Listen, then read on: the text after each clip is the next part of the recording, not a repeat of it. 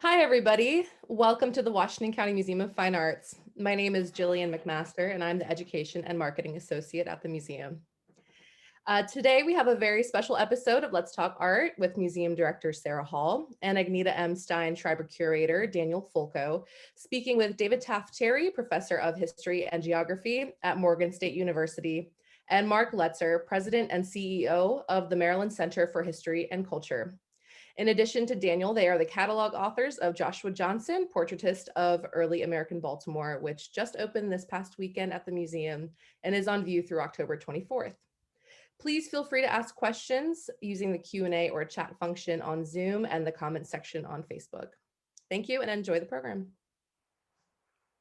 Hi, everyone. I'm Sarah Hall, Director of the Washington County Museum of Fine Arts, and I am thankful that you are joining us tonight on our online museum program, New Perspectives on Joshua Johnson. If you want to, you can adjust your personal view at the top of the screen from gallery view to speaker view. And I have a few things I wanted to tell you before we get started. And the first thing is, please come and see the show. This is our kickoff event celebrating the opening of Joshua Johnson, Portraitist of Early American Baltimore. And you'll get a lot of great context here tonight with the catalog authors, and you're going to see a lot of the works in the show. So just think of it as a primer before your museum visit. I also want to make sure I plug our next exhibition-related event, which is almost as completely opposite of this as can be. It is a program called Flowers with Secrets for kindergarten through 5th grade kids, planned with Mother's Day in mind. There'll be some talk about flower symbolism in Joshua Johnson's paintings, and kids can make a paper flower bouquet with a secret message sort of encoded in it. So if you know any young people who would be interested in that, check out our website or Facebook page for more information. And while I'm here, I want to put in a plug for museum membership.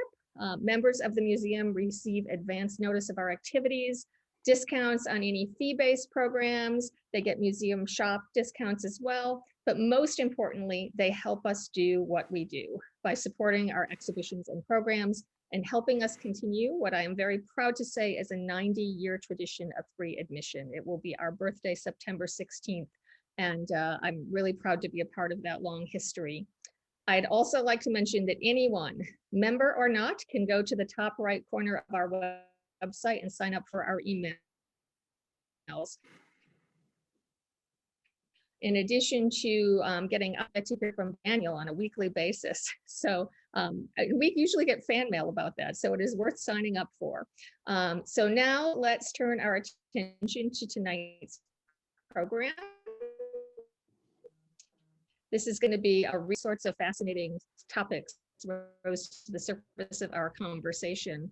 So I think that tonight will be even more interesting with you guys out there. We do want it to be conversational, so although we can't see you, which we were just saying is always an odd part of this web, questions in the chat. I'm not going to do as much talking tonight. I'll just sort of monitor the chat, direct questions. I might have a few questions that might, but I'm going to let Daniel and Mark and David do most of the talking.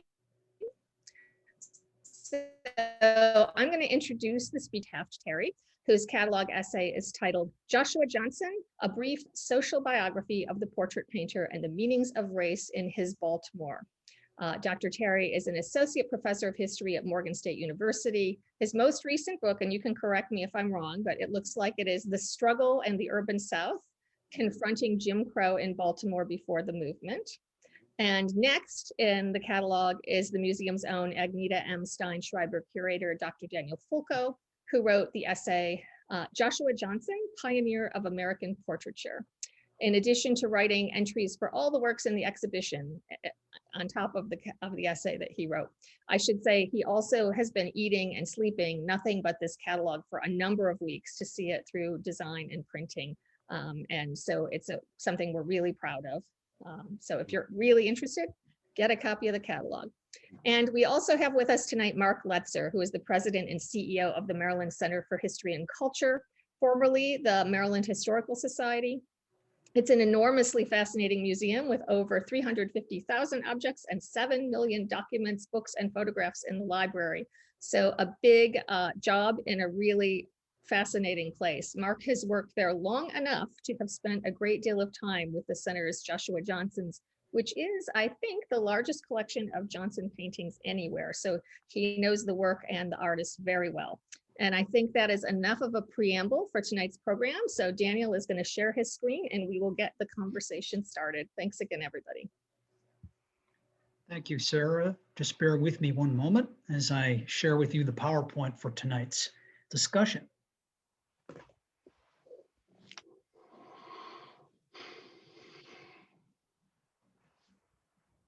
And what we're going to be talking about tonight centers around this really fascinating exhibition and this fascinating artist, one of the first professional African-American artists in our history.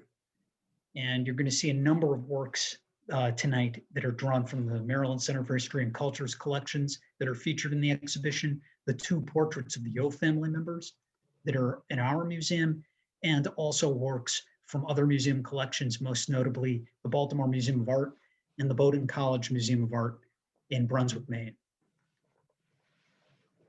And this exhibition originated with the idea that we would feature the work of Joshua Johnson, very important artist in the transition from federal late colonial portraiture well into the early 19th century. It began the sort of the bedrock for the exhibition with these 2 paintings that we have in our collection that came to us in 1994. So they will come up in the discussion tonight. And this is a cover of the catalog. We, as Sarah mentioned, we encourage you to get a hold of a copy. They will be available very soon. You can get it as a paperback and also will be available as an ebook. Mm-hmm. So without further ado, I think we can begin the discussion. And just to give you sort of some background, Joshua Johnson is an artist who's been studied at least since really only seriously since the 1940s. But a lot of our work is based upon the work of an art historian and also a former doctor named Jacob Hall Pleasance, who did a lot of work. Mark will be able to tell you more about that tonight. A lot of work on Johnson, some of the seminal work on him at the Maryland Center for History and Culture. And our work is very much based off of the Joshua Johnson exhibition that includes many new discoveries that was held in the late 1980s at Maryland Center for History and Culture and the Abby Aldrich Rockefeller Center in Colonial Williamsburg. So what I'd like to do is to turn this over to Mark and David. And, as I'm going through the slides tonight, feel free to just jump in. But I thought I would begin here with these 2 images of what Baltimore likely looked like when around the time Johnson was born. So we're wondering, David, if you could just tell us a little bit about Johnson's background, where he came from, according to your new research. Sure. So good evening, everyone, and thanks for including me in this wonderful exhibition and this program. So my contribution to the catalog really attempts to not so much understand Johnson as an artist. There are other people on the project much more capable than I at doing that. I was much more interested in trying to recover what we might know about a glimpse into early national, really even late colonial Baltimore through the eyes of an African-American, in fact, a person of mixed ancestry, and to see what that could tell us about his perspective and his community's perspective on him at the time. So yeah, he's born in the late 1700s. As far as we have gathered, his father was a free, meaning not indentured, white man, and his mother was an enslaved woman. Joshua was born enslaved. His father purchases him from his mother's owner and is able to, as far as we can tell, care for Joshua. We know very little about his childhood upbringing, except to say that his father owned no real property of any significance. His father was not a wealthy man. So we get this image of a man trying to raise his mixed race child as best he can. Because of the nature of their status, Johnston's mother very well may have been in the picture. We simply do not have the records to verify that one way or the other. But suffice it to say, by the time Joshua is reaching the end of his teenage years, his father, as you can see here on the screen, his father creates the instruments that will make Joshua Johnston a free person of color, and providing him with the certifications of a livelihood, blacksmithing, and situating him in the growing, bustling city on the Patapsco River. The things that I found most fascinating about this era of Johnston's life is, he is sort of coming alive, coming to his own at the same point at which Baltimore town is becoming, soon be, the great, important American city of the early national era. It's during Johnston's life, his adulthood in the 1810s and 1820s, where Baltimore is one of the largest cities in the country in terms of urban population. So you can just imagine this young person coming into his own with all the energy and the sort of creativity that goes into Baltimore town becoming Baltimore City.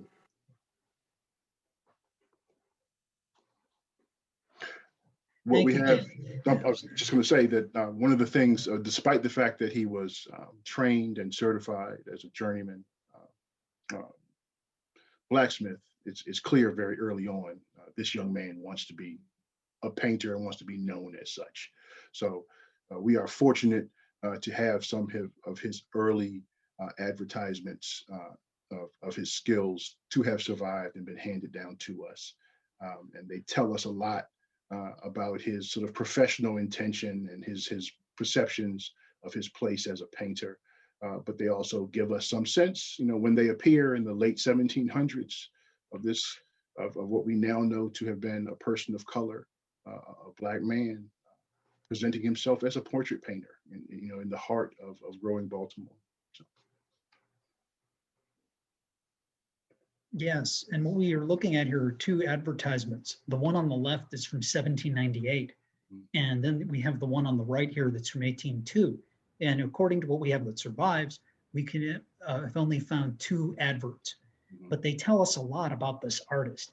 And I thought, Mark, you might be able to, as you discussed in your essay, tell us a little bit about your thoughts about how Johnson might have practiced his art in Baltimore in terms of using these advertisements as documents for that.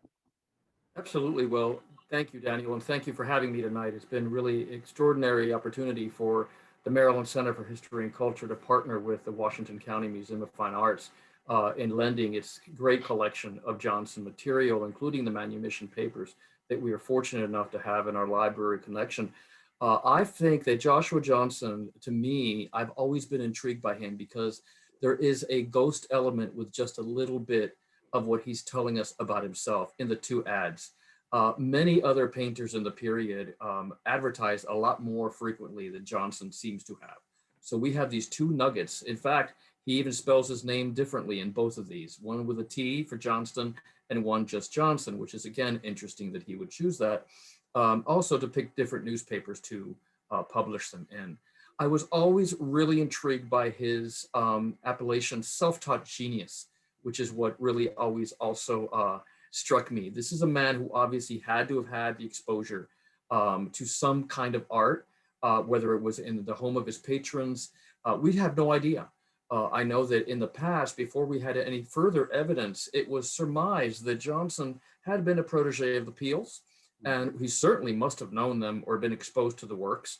We know, for example, the portrait of Mrs. Ellen North Mole. We know that there were other Peels in the house. I know Rembrandt Peale painted her later, but we know also that the families that he was actually navigating in, one of them was Mrs. William Pitt. I think we'll see her later. Her brother was painted by James Peale. So I think there was definitely an understanding of what was going on in the artistic community around Johnson's Baltimore world of the early 19th century. I also think it's interesting to me, and one of the things that I have actually tried to really focus my work on this time is understanding, yes, you advertise, yes, you say you can come to my studio basically, but we have no idea where actually Johnson executed these works. And it very likely could have been at his home, but it also could have been at the homes of his sitters. And one of the areas that I have focused my recent research in him has been to understand the fluidity of slavery and freedom in early Baltimore. There's been a lot of work done on this. We know we have statistics, but we also know that during this period when Johnson was a free man, it was very inverted by the time 1860 came, when the ratio of free and enslaved was completely flipped what it was in the federal period. So this is one area, and I've had a little bit of a discussion with David Terry on this. It's just interesting to me that out of all the portraits that we have in our collection, which we're very fortunate, we have 9 of them, 8 of the sitters actually were slave owners. So how did Johnson deal with this? Did he go in and out of that system? Did he understand? Did the sitters enslaved people know that Johnson was free? So all of these are questions that I don't know that we necessarily have answers for, but it's one of the areas that I have been really trying to dig in more and more. Yes, and that thank you. And that's a very interesting aspect to his artistic practice and his career. And as we've all discovered, I think, doing our research, he was painting many of his neighbors. And within these city blocks, we're able to plot, I believe, 7 to 8 actual addresses, according to Baltimore city directories. As we can see here on Warner and Hannah's map from the early 19th century here, plan of Baltimore. And so that proximity was critical for him to develop a patron base. So I'm going to interrupt here. First of all, might be helpful for you, Daniel, to review a few of the early images and tell people what they were looking at. But beyond that, the ad that says self-taught genius, I mean, obviously, I think you need to be pretty successful to have that sense of pride. So I'm wondering if anybody wants to try and just explain how successful he was, or if we can contextualize his success in the time period. It might be helpful for people. Well, Sarah, I'd like to take a stab at that. In 1798 is basically about the earliest any of his portraits could actually be dated to. So I'm not quite sure. I think maybe he had a very aggrandized view of his work. But I don't necessarily see, I think it was perfect advertising for him, but I don't know what kind of an oeuvre he would have had in 1798 when he took that ad out to say he was a self-taught genius. I think it's fabulous, but there's not a whole lot of body of work to show for that. Yeah, I would also agree. We often, with situations where we know little sort of biographical, at least in the sort of first person sense, in terms of evidence or record, it is sometimes hard to characterize state of mind. That being said, and given Mark's, I believe, appropriate characterization of not simply the ideas around slavery in early national Maryland, but ideas around race and capacity. It is going hand in hand in the late 1700s, this sort of creation of our, what would become our long-standing racial constructs in terms of Black status being deserved or being biologically derived or a reflection of reduced capacity vis-a-vis whites, and not knowing anything about Johnson's physical appearance. One might speculate that what reads to us as bravado in terms of referring to himself as a self-taught genius may be sort of claim staking in terms of him acknowledging what very well may have been and must have been a long-standing and ongoing process of creating his art, creating his skill set. And as Mark pointed out, the tradition, or at least the penchant for ascribing one person's genius to their proximity to someone else, to some other painter who would be your mentor, or someone else who might give you your skills. To say, no, this is what I've developed myself, may be both in terms of its claim, may be both a statement of his sense of himself as a Black person and that capacity, as well as his sense of himself as coming from humble beginnings. And, his father is landless and his mother is a slave, and still here I am, self-taught and a genius. I mean, there's a lot to chew on there. Definitely. And one of the things that's been argued by different art historians, particularly artist and art historian David Driscoll, sort of building off what you were saying there, David, is that this comes at a time when you have other authors who are writing about the capacity, the ability of African Americans to create fine artworks, that they're no longer just going to pursue, if you will, crafts or trades, but that they have the capacity to create fine art. And that's something that David Driscoll had argued going back to 1976 with his very important exhibition and catalog on African-American art that was held at the Los Angeles County Museum of Art. And I also subscribe to that point of view, that this does happen at this time when there is this sort of movement certainly within abolitionist circles, but probably others as well. And we might think of perhaps some of the writings of people like Benjamin Banneker in the early federal period. Yeah. So I think, Banneker is an appropriate comparison, because, again, I mean, here's a guy who, Banneker wasn't just a genius. He wanted folks to know, not in any, sort of bravado or braggadocio.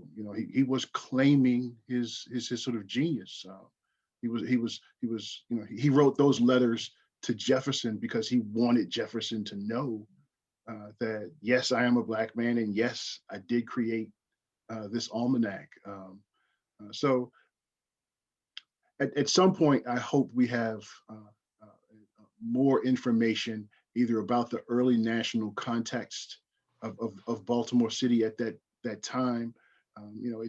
It could have easily and also have been a marketing approach.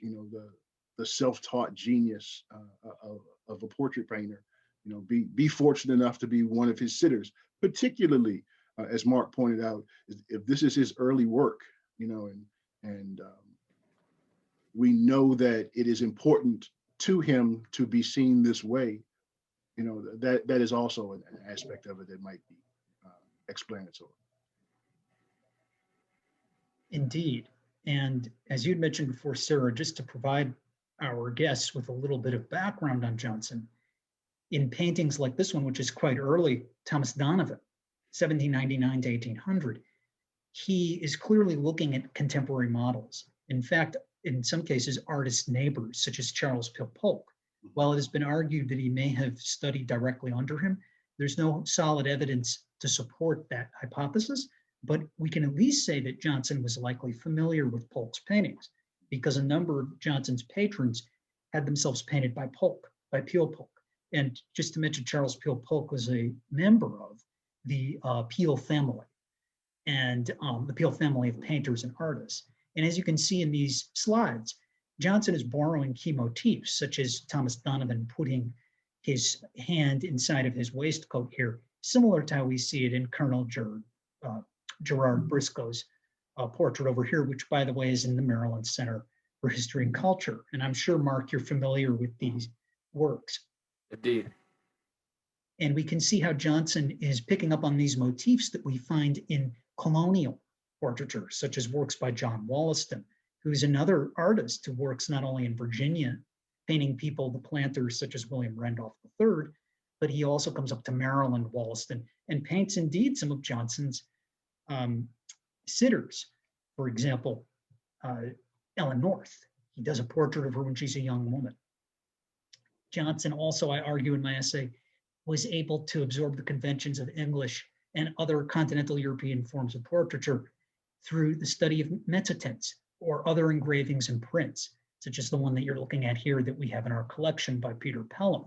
These are the kinds of things that I argue Johnson would have been able to get a hold of. He would have also been familiar with John Heselius, another artist who worked in colonial Maryland and painted portraits with similar conventions to Joshua Johnson. And this is a very important portrait in his early work, the one of Ellen North, that's in the Abbey Aldrich Rockefeller Art Museum down in Williamsburg.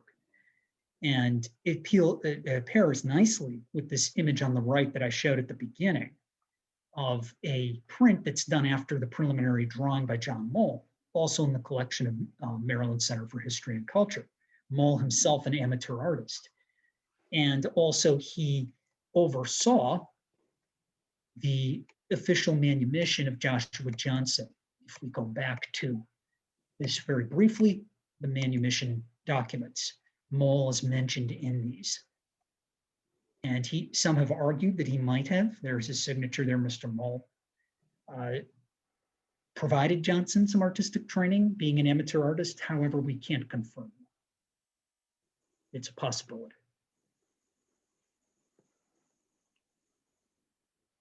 And then continuing along, very important painting done by Johnson, and very interesting is this one of Sarah Ogden Gustin. It's believed that the sitter may have come to Baltimore. She lived in West Virginia, but she may have come to Baltimore where possibly Johnson painted her. And he begins to incorporate in those key motifs of plant symbolism, landscape elements, and then he signs it here, J.O.S.H. Johnson in the book. And this is his only signed portrait remaining, which makes it very interesting record. Again, how did he sort of market himself, where we see the spelling in the documents with the T, and then in some cases it's just Johnson as it is here in the painting. So this gives you a sense of how he painted in his early career. Represented in the exhibition, we have In the Garden from the Baltimore Museum of Art, paired with here the Gentleman of the Shore family, which also is in their collection. And this one is a great example for discussion because it's a single child, but it has all the symbolism going on in it. And you have here the moth, which represents metamorphosis, that is change over time. And she also holds out a rose, which is often a symbol of love, but also of sweetness, tenderness, and innocence. And then she wears a coral necklace, which you'll see a lot and a couple more times tonight as we go through the images, which was meant to be a talisman traditionally in European and also American art. And she's standing here in this garden setting against a green backdrop.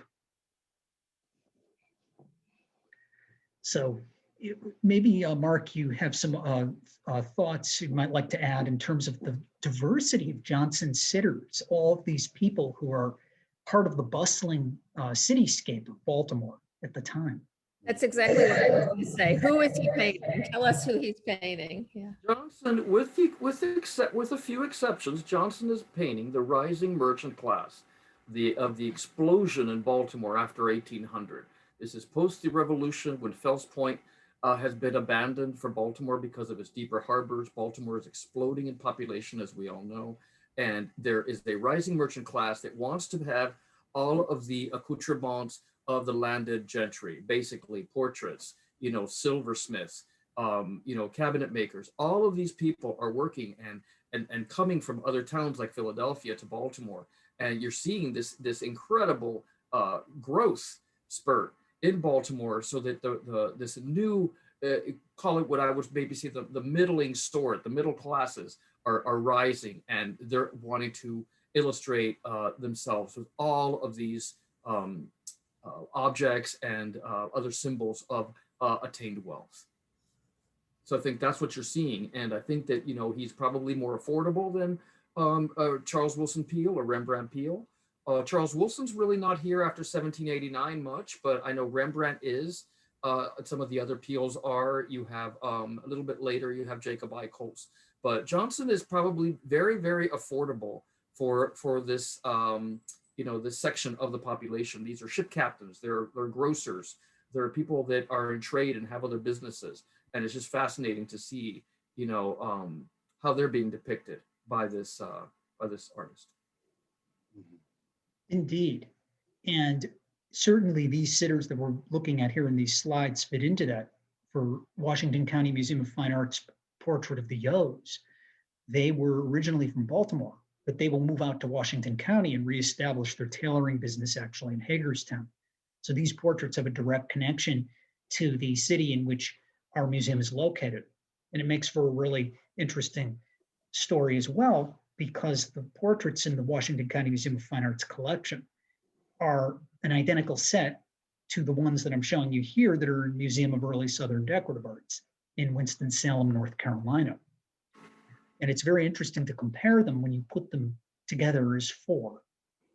The Yo, Benjamin Franklin Yo and his son, here Benjamin Franklin Yo Jr., so it's senior and junior. And then on the right, you have Susanna Amos Yo and Mary Elizabeth Yo shown together.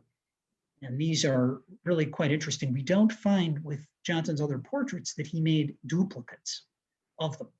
So this brings up a curious question, one that Mark and I were talking about, over time, is that perhaps one of this set was done at a later period, not necessarily in 1809, though we still need to kind of do some more research and think about it.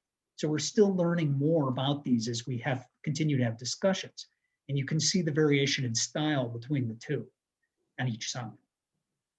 So tell us where the paintings came from that are in our collection. Absolutely. Ours come from a man named F. Sidney Cushwa, who was a Hagerstown business owner, as I recall, an industrialist. And they descended directly to him, I believe, on his mother's side through the Fechtig Beale family. And that's how they came to us, was through Mr. Cushwa's family. So the provenance goes all the way back to the early 19th century. So I think it would be really interesting if probably Mark and Daniel, you are best able to tell this story, but fill people in a little bit on the history of sort of the discovery of Joshua Johnson as an artist and scholarship related to him, how we know what we know thus far. Well, I think that the very first one would have been Dr. Pleasance, Dr. J. Hall Pleasance, that in the 1940s assembled an exhibition of this unknown artist, of basically, in fact, I have a copy of the exhibit from the Peel Museum with me right here. This is called Joshua Johnston, and a very small pamphlet of the original, trying to establish who was this, quote, Negro painter. And it's trying to really, for the first time, dig in to this, because most of these portraits actually came with provenances having been from different artists. And some of them have been descendants claiming that they had been Charles Peale Polk, some that they were Charles Wilson Peale even, or Rembrandt Peale. So even from the very beginning, no one ascribed the authorship of these paintings to this Black man in early Baltimore. And it was only through the sleuthing of Pleasance and looking into the record that we little by little started to form this nucleus, where you started saying, okay, well, that one is now similar to this one, but that's definitely by the same hand. And little by little, it grew. And so now we have a body of work that we can look at closely. The one thing that we are fortunate is that we do know the identity of many of the sitters, and that has been tremendous. A few of them are unknown sitters, but for the most part of Johnson's work, we do know who the sitters are, and we can do a lot of work on them, a lot of histories. We have Archibald Dobbin here on the left, as well as Mrs. Isabella Milholland. And she's Isabella Douglas from Philadelphia, and she was a widow. She's actually married a gentleman after her husband died. And she is the only one of the works that we have that she was not known to own any enslaved people during the time of the census in Baltimore in the 1798 or the 1800 census. Again, just trying to figure out who is the man behind these faces. And that's the beginning of this, of this whole work. So David, that leads me to you because your essay is, I think, really wonderful. And one of the powerful things about it, questions we can't answer this man and add something different to the way we think about him, I guess.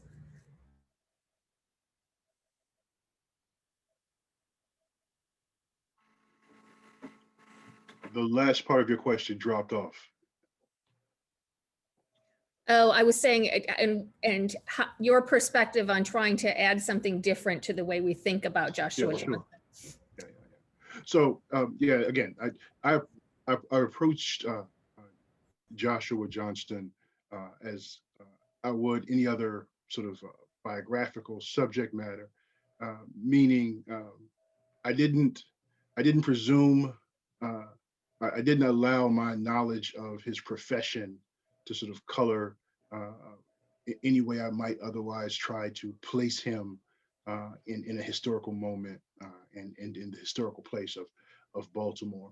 I understood that we would not recover very much definitively, but that we might create a context that would at least generate, I think, useful questions as we continue to unpack who this person is.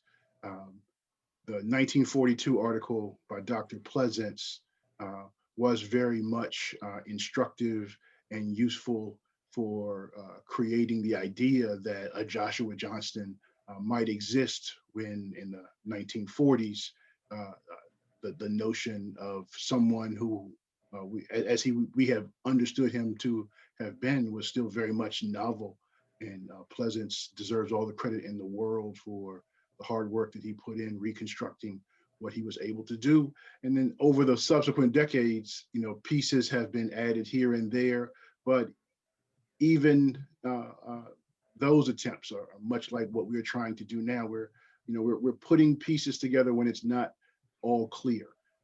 But here, 70 some odd years after he is first introduced to us by Pleasance, there are certain things that we absolutely know about him.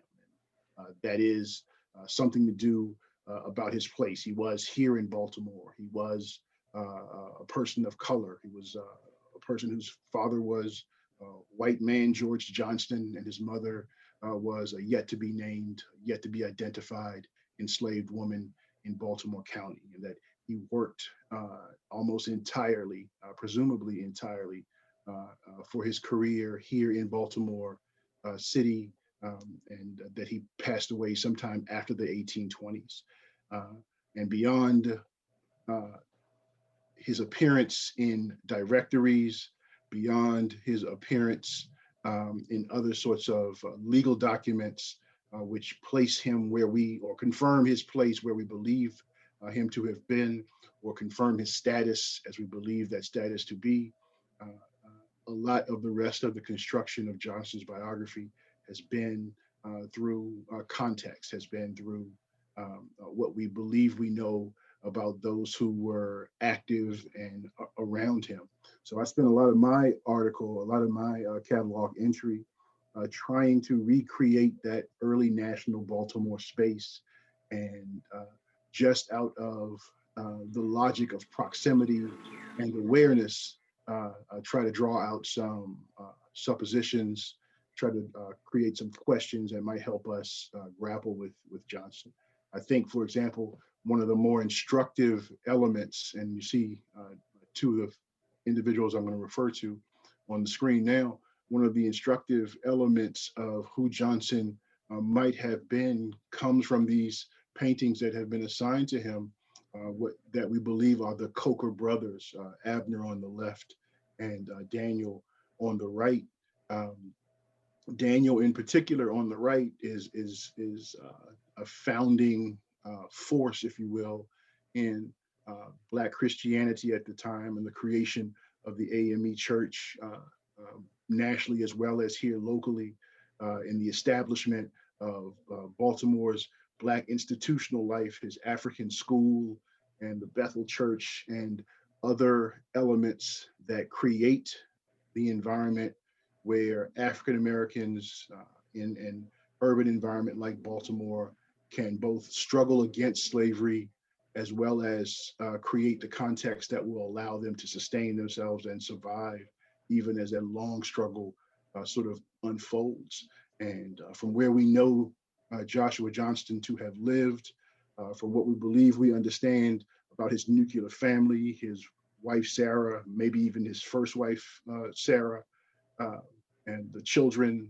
that he and she had and baptized in neighborhood churches, we get the sense of a community that was not simply about creating what Daniel Coker was creating and what his brother Abner is contributing, but that also contained this Black portrait painter who, given what we understand about that time period, must have been a tremendous source of pride.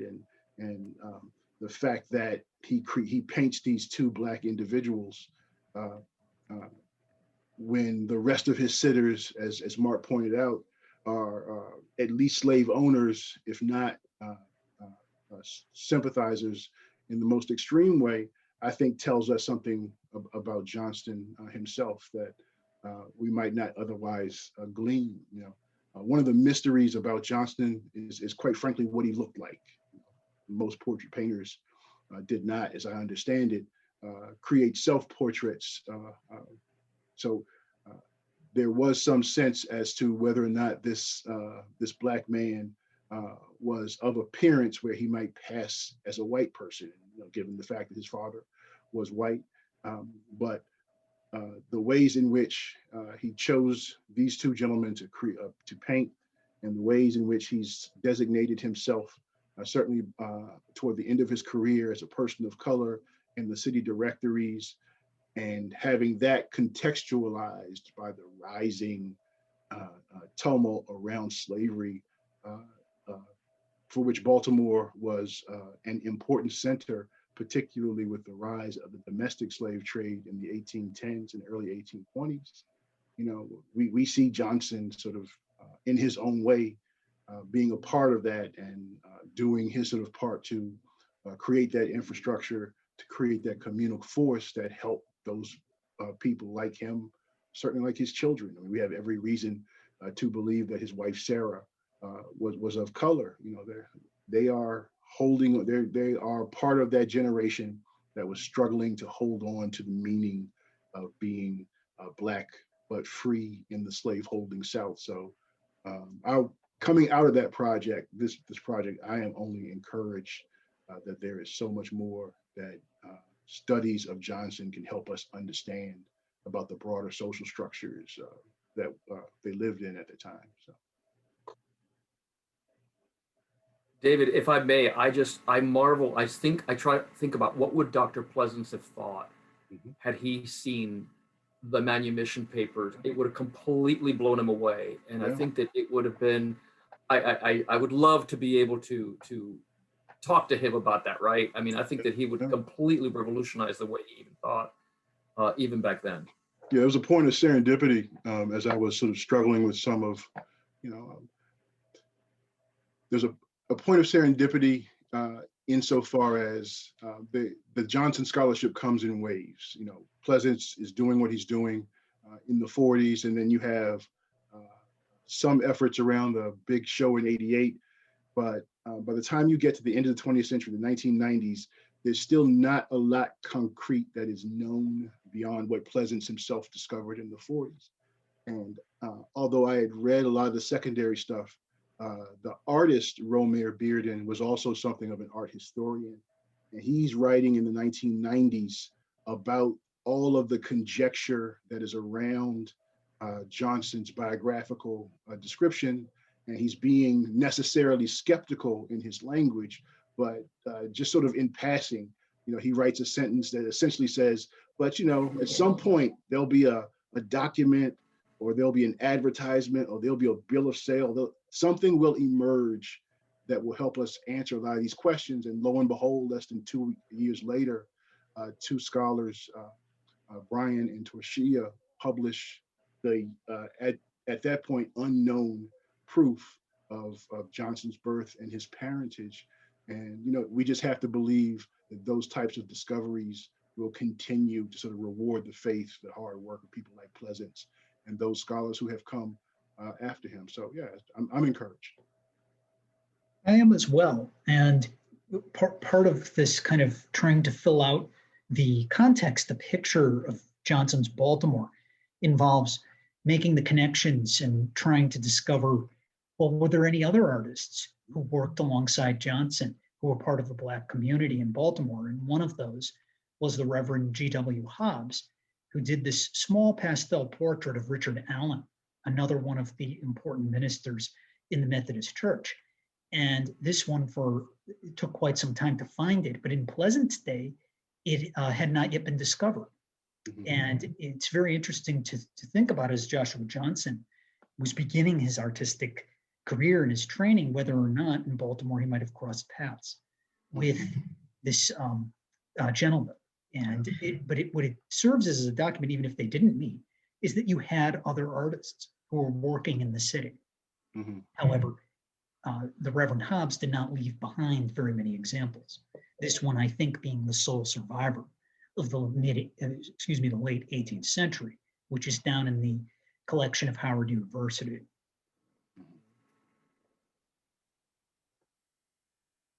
And we have a great range of the kinds of portraits. Some of them contain mothers with daughters. In the case of Ellen North, and we saw before Ellen North Mole, we see grandmothers with granddaughters. We see fathers and sons.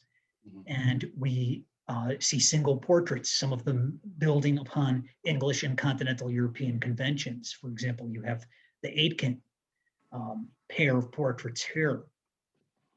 Mm-hmm. And we also have a record of a very prominent individual, John Carroll, first Archbishop of America, and also a man who founded Georgetown University and oversaw the construction of the Baltimore Basilica.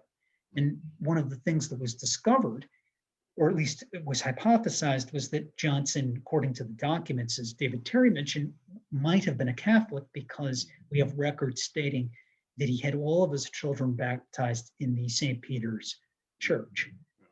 And it makes for a very interesting conversation. We don't know exactly how Johnson secured this commission. It was likely through his connections with the Catholic Church in early 19th century Baltimore. So that's another facet of Johnson's cultural historical milieu, his relationship to the church, which was very new at that time. One of the things that I sort of so we have a couple of questions that come in. One is and I'm not sure if anybody can answer this definitively, but how many Joshua Johnsons are there out there in private collections? Does anyone have a guess at that? And the other is, has anyone been able to trace any descendants from his family? Well, I could answer the second one quickly. The difficulties of tracing the genealogy, finding people who otherwise have not presented themselves, is twofold. First, the time Johnson probably died sometime in the 1820s, or at least paintings after that point in time have yet to be discovered or identified that place his activity beyond the 1820s, when he would have been in his 60s. We do not know that Johnson amassed any great wealth. These are all important elements, because this means his children, his sons, would have probably found themselves trapped by the same sorts of sociological and economical and, quite frankly, racist circumstances that were making Black freedom harder to attain and harder to hold on to in the 1820s, 1830s, 1840s. Baltimore is the epicenter, as I mentioned before, of the domestic slave trade that emerges. After 1808, it becomes illegal to bring immigrants, to bring Africans and anyone else from the West Indies, et cetera, to the United States for the purpose of turning them into slaves. What that means is at the same time that quote unquote cotton kingdom that we come to associate with American slavery, at the same time that Alabama and Mississippi and the Delta region and all the other cotton growing regions of the United States are coming into their own, the foreign source of enslavement or of slave labor is sort of cut off. So by some scholars' estimates, between 1 and 2 million Black Marylanders and Black Virginians are sold south. That's where the phrase comes from. So we do not know how this development impacted the Johnson family, but we do know from other sources, even other Baltimore sources, Charles Ball's narrative comes to mind, that enslaved as well as free Blacks were swept up into this domestic slave trade. So I said that to say his family very well may not have been in Maryland long after. And then there's sort of the practical fact that Joshua and Sarah Johnston named their children John, Mary, George. They're quite literally hundreds of them, and it's been difficult to run them down, if at all. And I could tell you that, Sarah, to answer the other part of the question, how many of these are in private hands? I'm happy to say that most Joshua Johnsons are in public collections where people can go and study them and enjoy them, but there are still a few, and I can think of at least 5 or 6 that are still in private hands, and others that we still don't know are out there. And I'm sure they'll continue to surface. And the other thing, David, getting back to what we know now and how a couple of years later we were lucky to find the manumission material, I believe that with the great push of digitization with museum and library collections, we're going to all of a sudden stumble on things we never even knew we had in others. So I look forward to that discovery of things that are still hidden. Not to cut you off, but digitization and preservation. Remember, we got his manumission because someone went digging through the trash of what was otherwise supposed to be thrown out. Right? Awful, I know. Because we have a sensibility that we do in the modern sense, this was saved. Quite Correct. Literally a stroke of luck. Luck, very much so. Yeah. Yes, and that was critical. And that forms the crutch to that article published by Brian and Torquay in 1995 that gives us this very important archival information. And I think you were going to mention something, David, in connection to either John Carroll or Johnson's Catholicism. Was there something that you wanted to? I was just going to say that now I'm not a religious historian. I can't speak to the fact whether or not it was conventional or otherwise normal for Catholics and Protestants to marry one another. I imagine that it was not as big a deal as we might otherwise imagine, particularly working class people or people who are not of means, but it very well, as I offer in my piece, it could have been Sarah Johnston, who was the Catholic, and Joshua Johnston may not have had any religious leaning whatsoever, or maybe he was Protestant. And the reason I look toward the particular Protestant angle is because of his paintings of the Cokers, who were AME, and his connection to both the burgeoning, emerging AME church in America, to say nothing of Baltimore, but also his presence and his long-standing presence in the records of St. Peter's Catholic Church down there below Baltimore Street.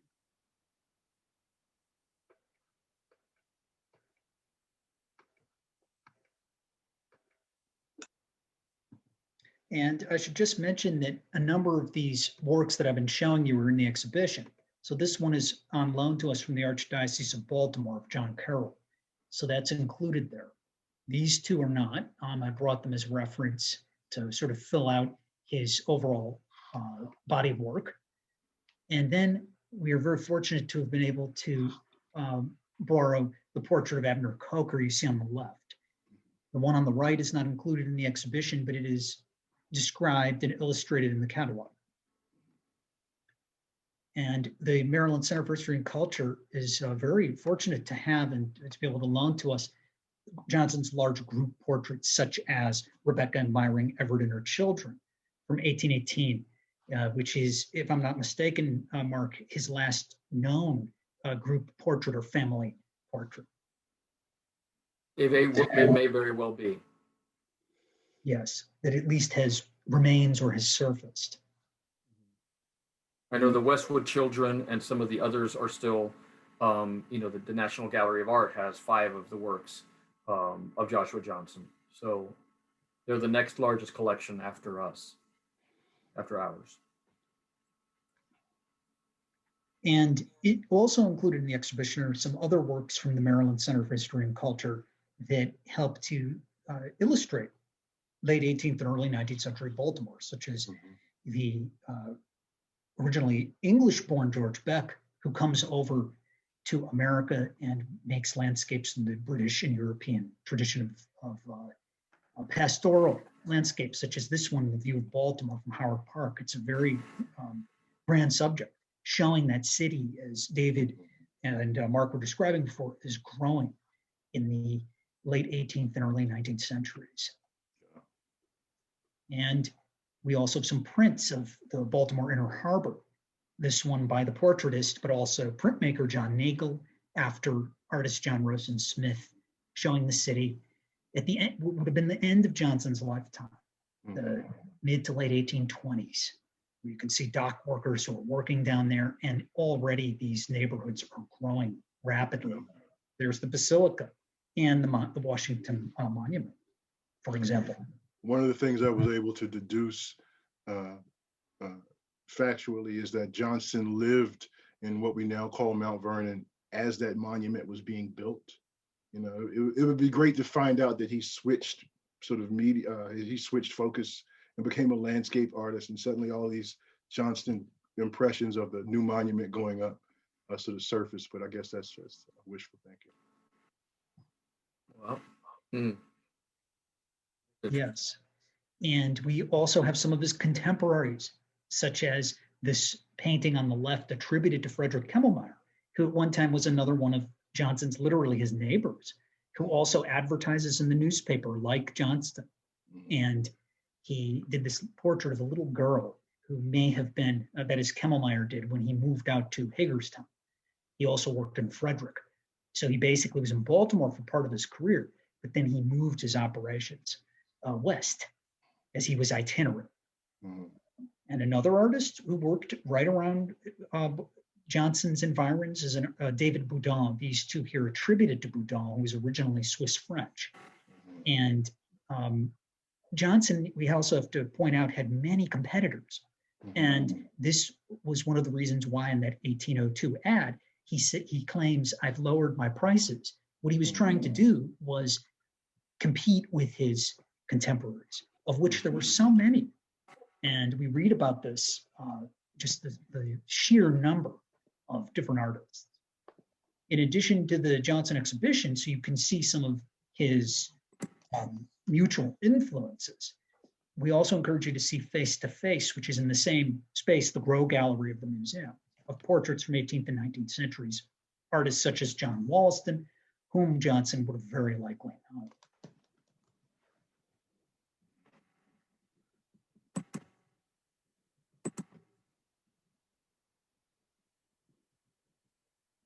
So on the whole, this has really been a fascinating project to have been working on. This exhibition began, the idea began in, I think it was 2018, not long after I arrived at the museum.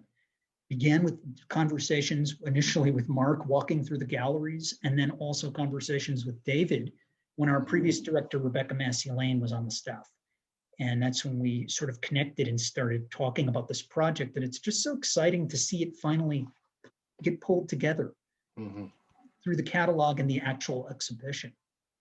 So we do have a couple more questions that have come through in Q&A. One is, what is your opinion of the painting that sold at Christie's this year that was rediscovered, Portrait of a Woman? Daniel and I discussed that painting, and I mean, I think it's right. I think it's Joshua Johnson, but again, it's one of those examples of an unknown sitter. It's unfortunate, but yes, it's a lovely painting. And It is. what would be the sort of cost when we talked about Joshua Johnson being sort of the portraitist for the rising merchant class, as opposed to, you know, the more wealthy who might be hiring someone from the Peel family, for example. Do we have any idea of what a patron would pay for a portrait? There is no evidence that I know of what Johnson would have charged. So, and I mean, I haven't seen a single ledger wherever he was paid, so I don't even know where to begin. We do have other artists where we have their day books, their account books, where it shows what they would charge. Peels are obvious, you know, are very much there. Eicholt's, so, but not for Johnson. We unfortunately don't have anything that's left in the record. Yes, and that certainly makes it challenging to try to determine, you know, that part of the, if you want to call it the art market aspect of his artistic production, is that we just don't know. And I'll add this, it's not a direct answer, but the documents that prove his manumission, prove he's a person of color, prove that he was enslaved, prove that his father was white, also point out the fact that he was trained as a blacksmith. And because we know that many aspiring portrait painters were forced from the field simply from economic reasons, they could not afford to feed themselves and sustain themselves with their art.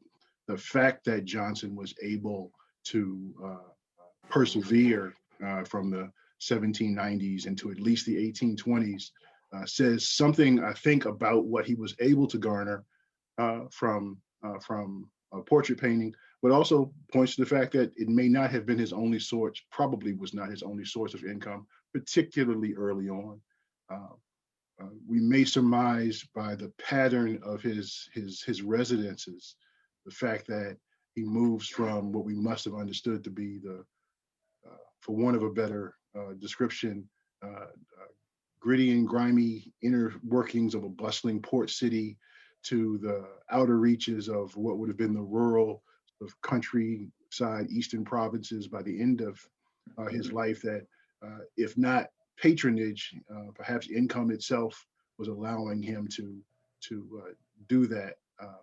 But you know, it's difficult to see clearly an answer to a question like how much he charged when we otherwise have such a piecemeal appreciation, documentary-wise, for who he was. So we do have a hand up here, Al Martin. Al, we can hear you if you want to talk. Thank you. Yeah, I just get no. Can you hear me now? Yes. Great.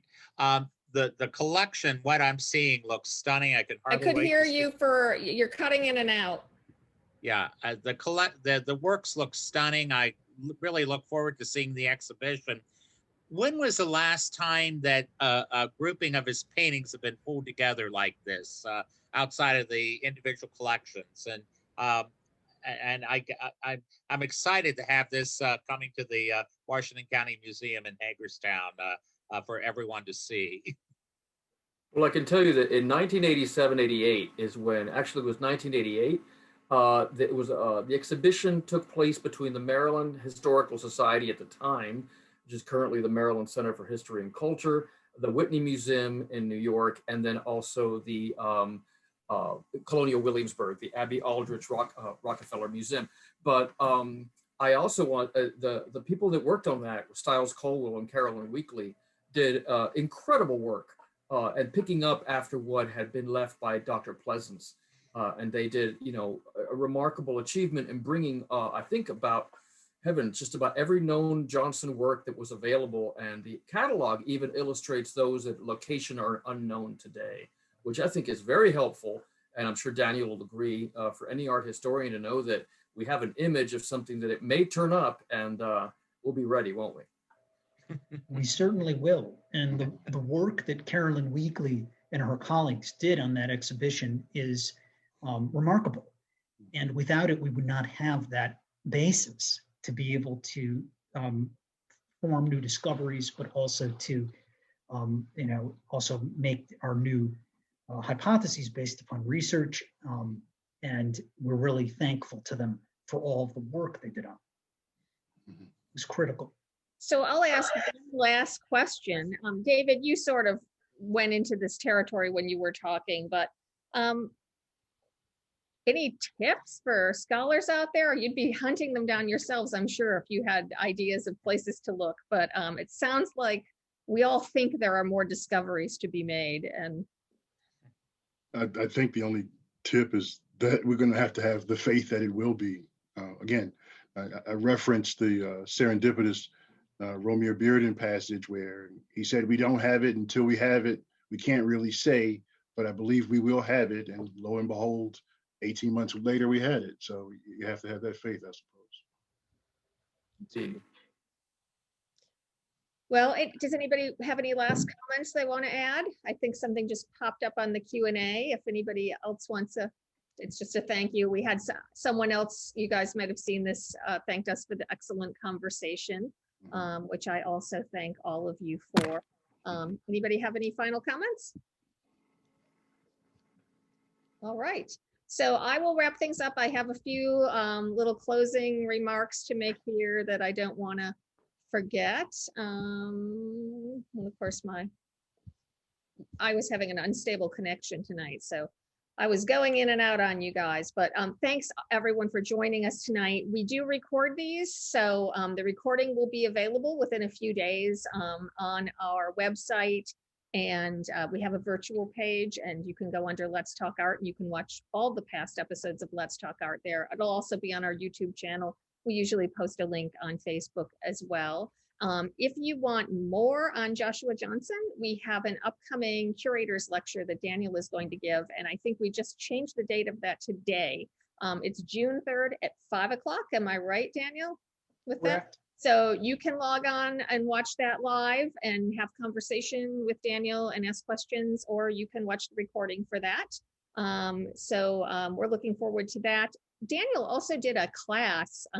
We had an NEH Humanities grant to support this exhibition. And of course, the exhibition itself was delayed because of the pandemic, but Daniel ran his class in the fall. And we have the recordings of that class available. I think there are 5 sessions, Daniel, and it's $12 a session, I think, if anybody's interested in learning more about the sort of deeper context of Joshua Johnson's life. And if you want more Let's Talk Art, we will be back here again in May. I think the Thursday is May 27th at 6 o'clock. We're actually going to talk about the companion exhibition, Face to Face, which we have Daniel has curated from our collection of portraits that give a richer context to Joshua Johnson's world. And I always love spending time with our own collection, so that should be fun in May. I thank everybody for being with us. I thank David and Mark for being part of this project, for writing for the catalog. I can't wait till you guys have a catalog in your hands. And hopefully everyone is bring our voices. Yes. Thank you so much for having me. Absolutely. Thank you, Mark and David, as well as Sarah. Good night, all. All right. Take care. Okay. Good night. Good Take night. care.